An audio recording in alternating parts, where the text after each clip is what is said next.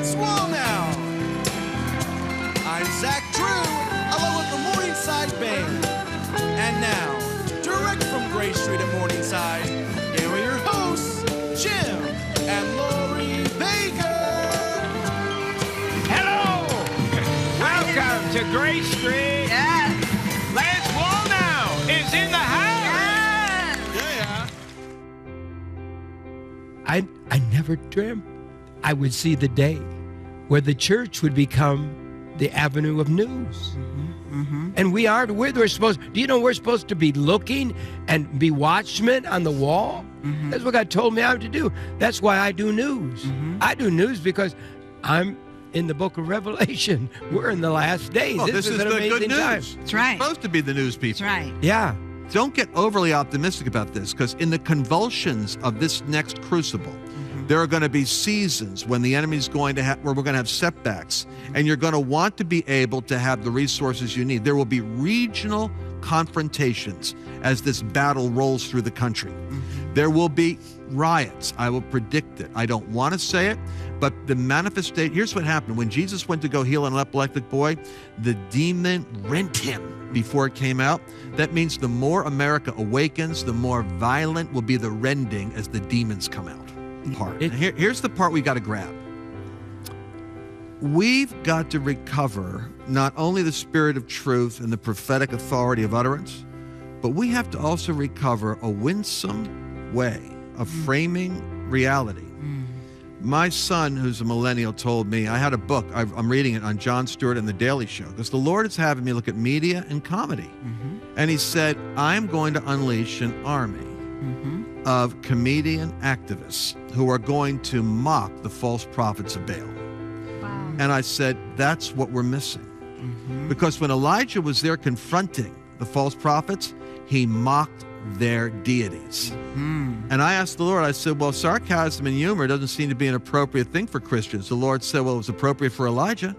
It's like Ronald Reagan saying, shut up. Yeah. That's right. And I'm calling you out right now, because Christians are script writers, and they are comedians, and they are stuck in these secular roles where they have to write the goofball People have been jokes criticizing me this last couple of years because we have stuck our neck out. You know that, right?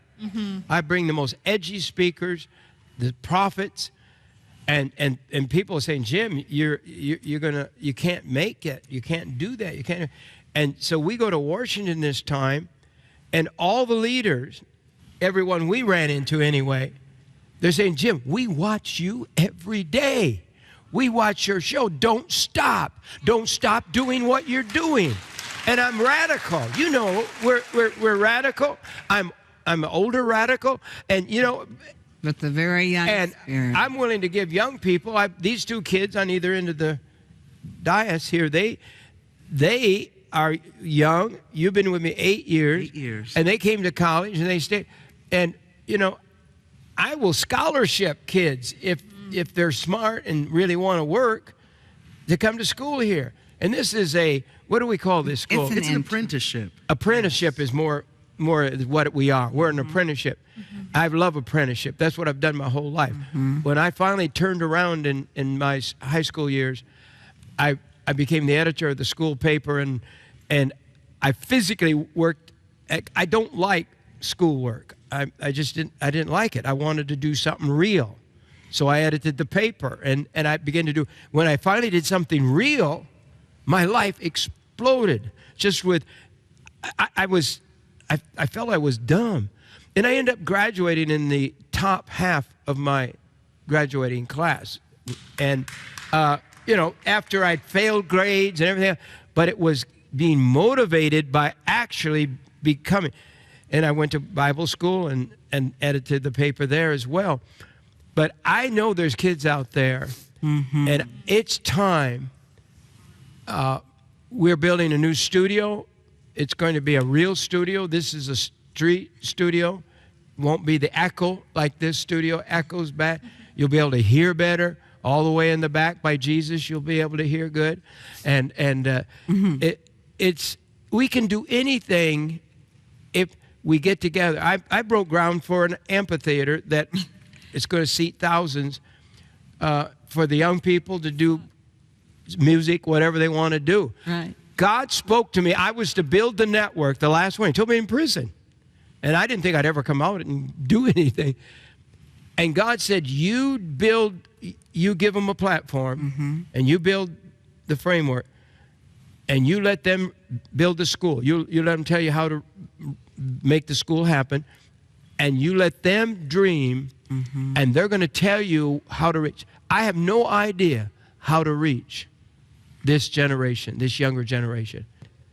I mean, I need an influx of young people, and they have to work. They have to do it. And we're not going to babysit people.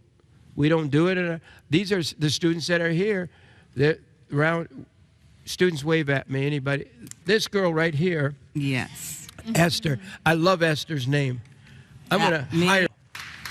My God, my God. Her dad's a policeman.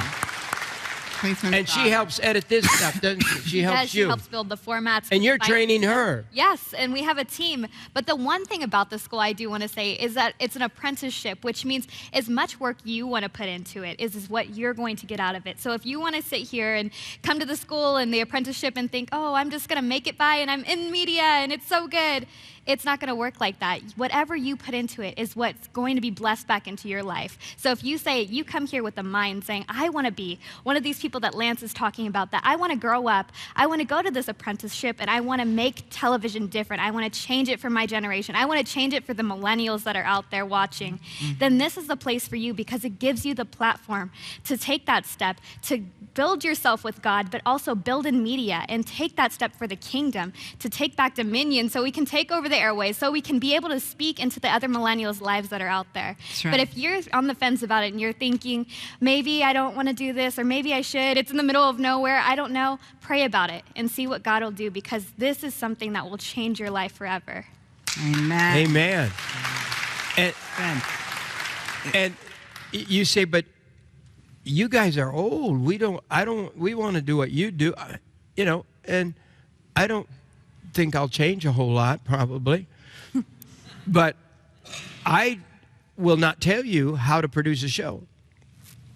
You guys started a show, Revelation in the News, which millions of viewers at times. I mean, it just goes all over. It's get connected, so they pick it up. And like Charisma News and some of every day almost they pick something up from your show. It seems Yeah. That's like. right. And our show too. I'm thrilled with that.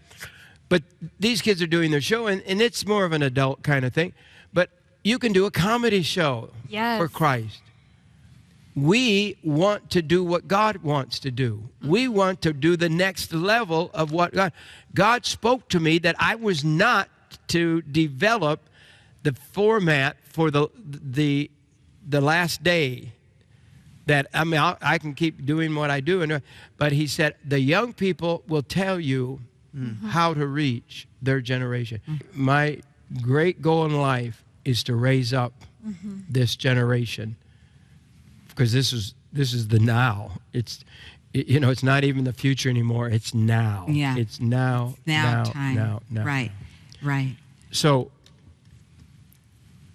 come back, and we got to talk about the church and the youth, because I'm sick to my heart. Yes. And they need to be reached. And all of those people marching in the streets and all, we are fighters in the church now, and we had to be. We had to fight to come out.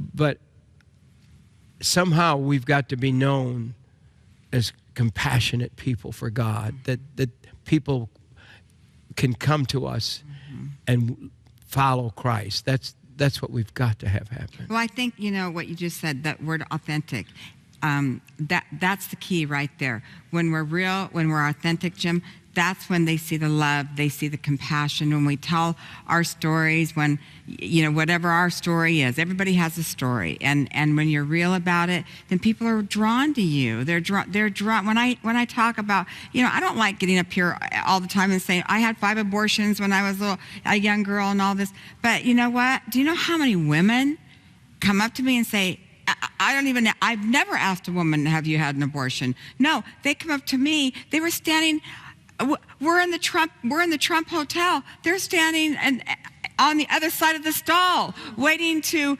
talk to me and take pictures with me. And I needed an assistant with me desperately bad. If it was Sasha, I needed you there with me. But I was like, I couldn't get out of the bathroom, you know. I mean, these women were just like, because they watch us, they see us, and they just wanted to be able to tell somebody else.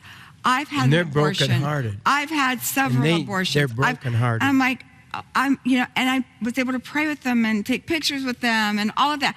All people. But you're safe. They think you're safe. Well, sure, because when you're and you are, because she won't tell on you. No, but when you're authentic, that's the key. She loves the women. Is being authentic with life and just being who you are and being authentic, and that shows God's love and grace and these mercy. Women marching. I'll tell you what, sad. they're broken. Oh, they're so beaten. sad You for can them. just sitting in the midst of them. I My looked at them. I heart. looked close. I looked at them. I looked them all over. They're hurting. They're broken. Oh, they're beaten down. They're not even healthy. So many of them weren't healthy looking even. They looked like they'd been through a war. Well, you have to understand that most women like that have been molested. They've been abused. They've been whatever in their life. And if you just have to go back to typically early childhood and things like that. And they just need the healing of the Lord, of the Holy Spirit, and to let God go into those deep, deep places and heal you up of whatever it is. And that's for you today, too, right now. And even for your children. You know, these millennials are going to grow up real fast. Time's going real quick. And these millennials now are raising children. Now they're having little kids. And that's what's really, really, to me, scary as far as that goes. Now we're going to have this.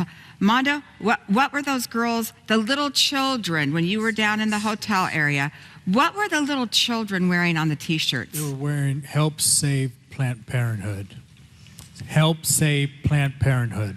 It was an oxymoron walking. So the little children are saying, wearing T-shirts, little girls. So they're already fighting for a cause that they don't even... Right. But they got to be born. Listen, I know Planned Parenthood very well. I was there 5 times, laid on that table. I know it.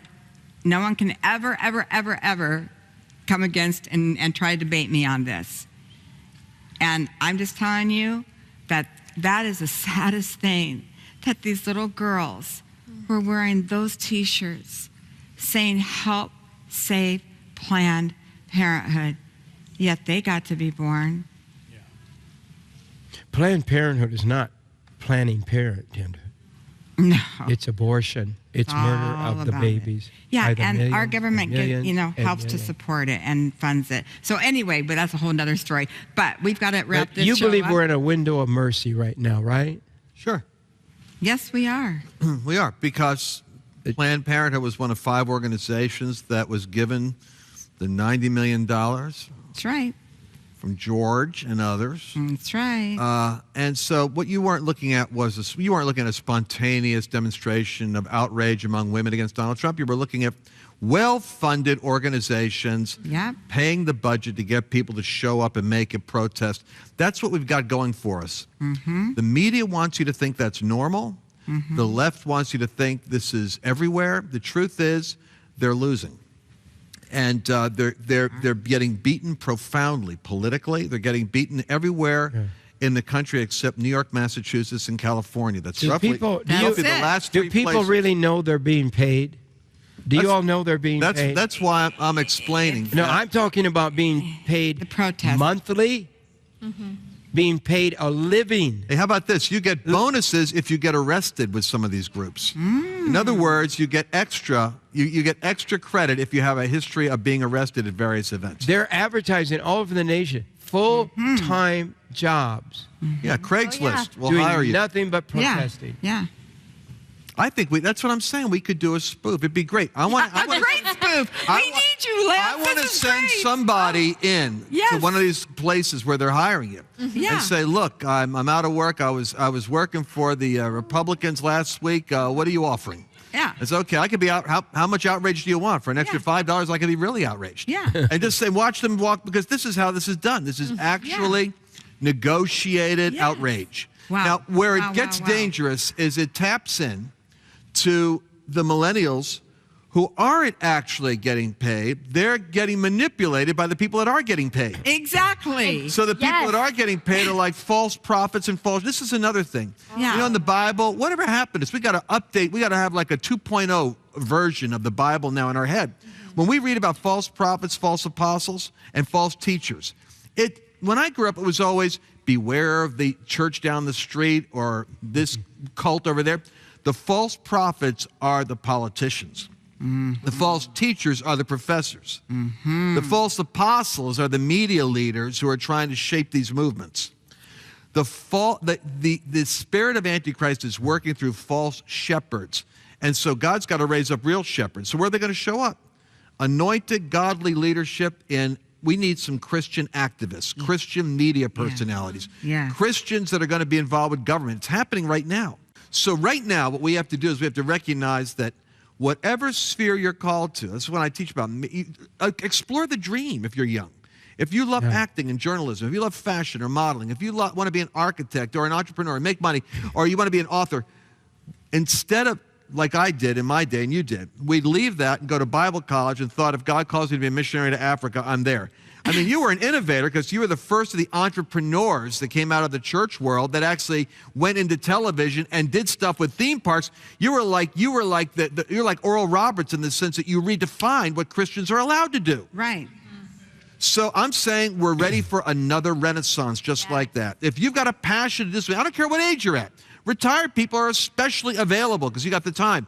What passion do you have? Ask God to show you the access you have to be an activist for the kingdom within that passion. That's right. That's so good. Wow. And talking about retired people, what really blows me away is how many of you are on social media. I mean, you guys have got this thing. Because you have more time than it's true that you have more time. You're getting into it. Literally, if I had all the time in the world, a lot more time than I have, I would be addicted to it because I'm addictive personality anyway, so I totally would be addicted to that. But yeah, I mean, I watched Mondo the whole trip. I'm like, he's on that thing just nonstop. It's just like, I think what needs to happen is that the church needs to learn how to organize itself. I come from the inner city and the gangs, and in order for us to take over our city, we had to learn how to organize within the organizations around us. Right. And that's how we became powerful, in the nature of our communities. The church has failed miserably waiting for other people to organize, and then they show up. Right. We always show up late. Yeah. Right? We have to be the first ones there. And that's what if you're first, they'll remember you. If you're second, they'll never think about you. And I think the church needs to learn how to show up first to this event, organize themselves, contact people, and be the first ones there. I told Pastor Jim something very serious. I said, Pastor, you are called for the people, not for the leaders. God called you to the people, for the people. And I think that's why Donald Trump resonates so much in the people, is because he told us from the beginning, I'm here for you. I'm here to fight for your rights. Mondo, what if the church heard that this was going on and 2 million people who love God showed up? We will be right back after this special message.